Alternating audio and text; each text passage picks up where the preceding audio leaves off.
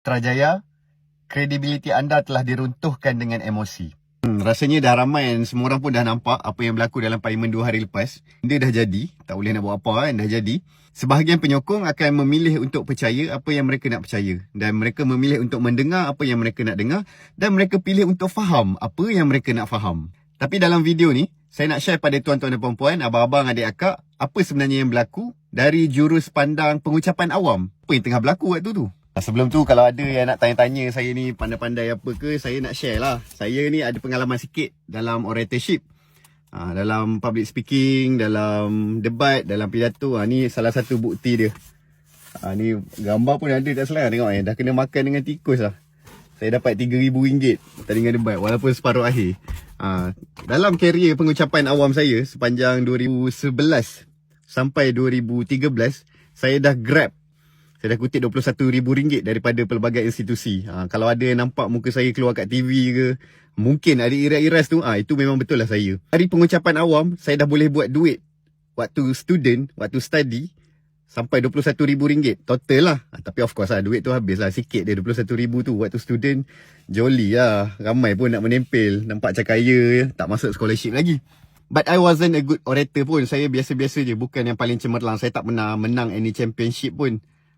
Cuma my close friend memang menang semua tournament.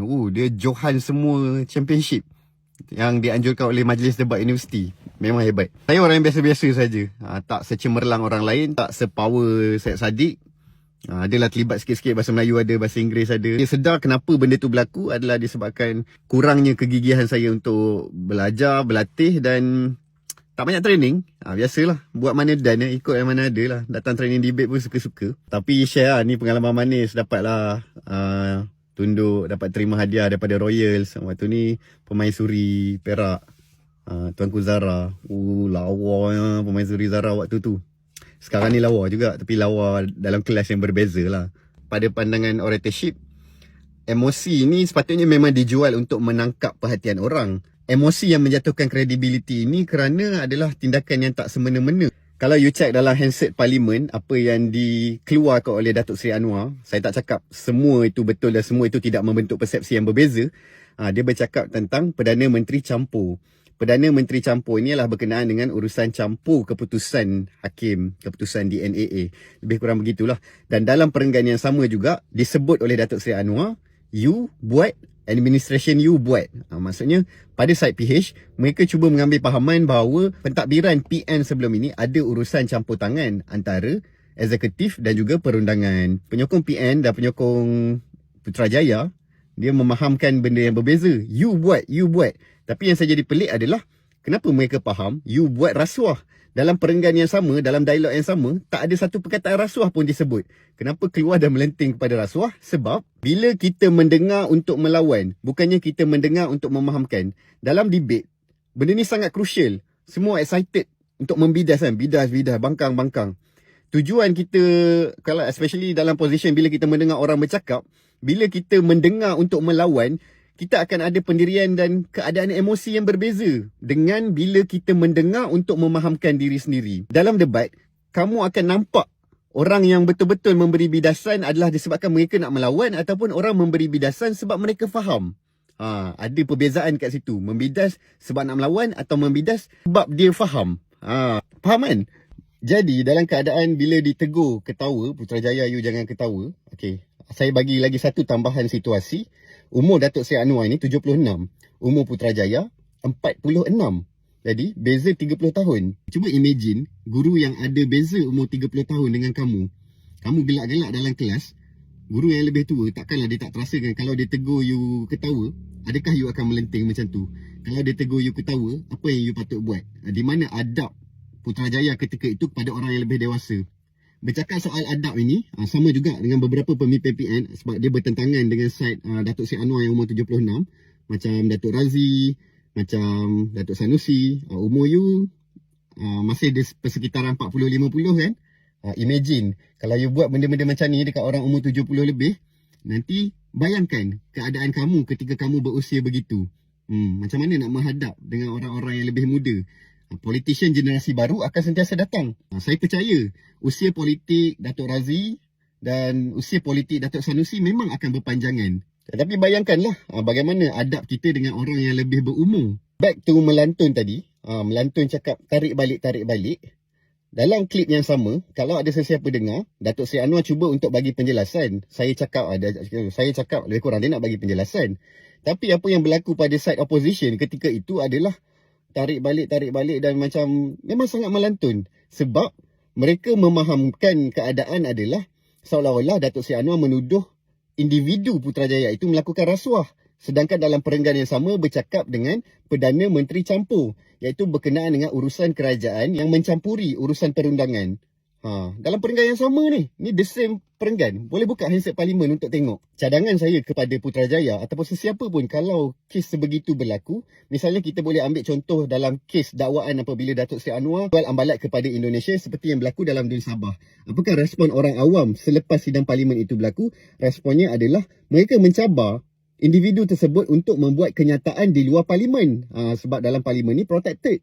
So we try. Cuba. Kita harapkan Datuk Seri Anwar, kalau berani dan kalau betul, kita harapkan Datuk Seri Anwar ulang perkara tersebut di luar Parlimen supaya ia menjadi pendakwaan yang boleh dibuktikan dan boleh dilawan di perundangan. Next adalah berkenaan dengan kita nak dengar orang cakap atau kita nak buat huru-hara. Tarik balik. Yang kita suruh orang tarik balik, you nak suruh tarik balik apa? Adakah suruh tarik balik yang ketawa? Sebab ketawa tu betul, individu tu buat. Ataupun nak suruh tarik balik yang you buat tu. Kalau you nak suruh orang tarik balik ataupun nak buat penjelasan, you try to listen. You sepatutnya dengar lah. Cuba dengar. Kalau tak dengar, sebab itulah akhirnya macam-macam faktor boleh diambil. Nak cakap speaker bias. Speaker ni memang dipilih oleh kerajaan. Jadi setiap kali tujuannya memang adalah untuk memudahkan kerajaan. Saya tak menolak pun nak cakap speaker tak bias ke apa. Tidak. Tapi di mana keadaan kita ketika kita menyedari kita berada di kerusi pembangkang, kita berada di posisi yang akan menyukarkan sebarang perbincangan, tujuannya adalah untuk buat provokasi dan menyukarkan kerajaan. So we tried our best lah untuk memudahkan keadaan pula pada peringkat kita. Saya kesian dekat Putrajaya. Sebab you nak dapatkan penjelasan, you nak dia tarik balik. So you listen tu apa yang nak ditarik balik semula. Sebabnya pada pandangan Putrajaya, dia tengah bercakap tentang Perdana Menteri masuk campur urusan perundangan. Tetapi pada side Putrajaya, dia menganggap ia adalah berkenaan dengan rasuah yang dilakukan oleh individu. Jadi ketika itu, apa sebenarnya yang nak ditarik balik? Tak bolehlah nak tarik balik sebab itik dengan ayam bercakaran. Itik tak faham ayam, ayam tak faham itik. Ketika itu ni respon spontan. So jadi pening lah. Itik pun, ayam pun jadi pening. Kan? Apa yang aku nak tarik balik? Itik pula tarik balik. Macam ayam tak cakap benda yang sama. Itu jadi susah tu. Ini berpunca daripada sebab tak dengar apa perenggan yang sama, apa kalimah terakhir, apa isu semasa yang terbutirkan oleh Perdana Menteri itu, iaitu berkenaan dengan urus campur perundangan dan juga eksekutif. Tetapi pada peringkat pembangkang, pada peringkat Putrajaya menganggap ini adalah tuduhan berkenaan dengan individu buat rasuah. Tak main mana buat rasuah ni. Sebab bukti dia keluar pergi buat press statement cakap pasal tuduhan untuk buat rasuah. Dan juga isu tak faham dan tujuan untuk melawan ini disokong oleh orang-orang kat belakang Putrajaya tu. Apa bukti report polis? Apa bila buat rasuah? Bukan.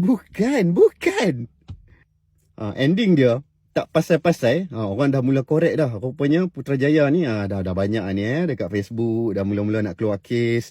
Dan macam-macam orang mula mengorek. Apakah sejarah salah guna kuasa dan pentadbiran dan penyelewengan wang yang dilakukan oleh Putrajaya dan kroni. Takkah bahaya? Punca dia itu satu saja. Kita menjadi pembangkang, you have to listen to understand first. Bila kita dah faham, baru boleh kita tibai. Kalau kita memang mendengar untuk menibai, susah nak faham. Kita akan mengambil pendekatan untuk memahamkan sesuatu isu itu pada kacamata kita. Ini nak dilawan. No, itu bukan tugas pembangkang. Kalau you buat macam tu, you takkan jadi pembangkang yang baik. This is about debate lah. Ni pada pandangan oratory tadi. Sebab dengar adalah untuk melawan, bukan mendengar untuk memahamkan. Yang marah nak, tak apa, teruskan menyokong. Teruskan buat kerja-kerja propaganda. Orang luar, orang yang berada di atas pagar, mereka akan tengok siapa punya justification yang paling betul, siapa punya penerangan yang lebih baik, siapa punya cakap tu yang lebih pleasant, syok dengar kat telinga, bukan yang menjerit-jerit teriak macam budak tadika. Alright? Assalamualaikum warahmatullahi wabarakatuh.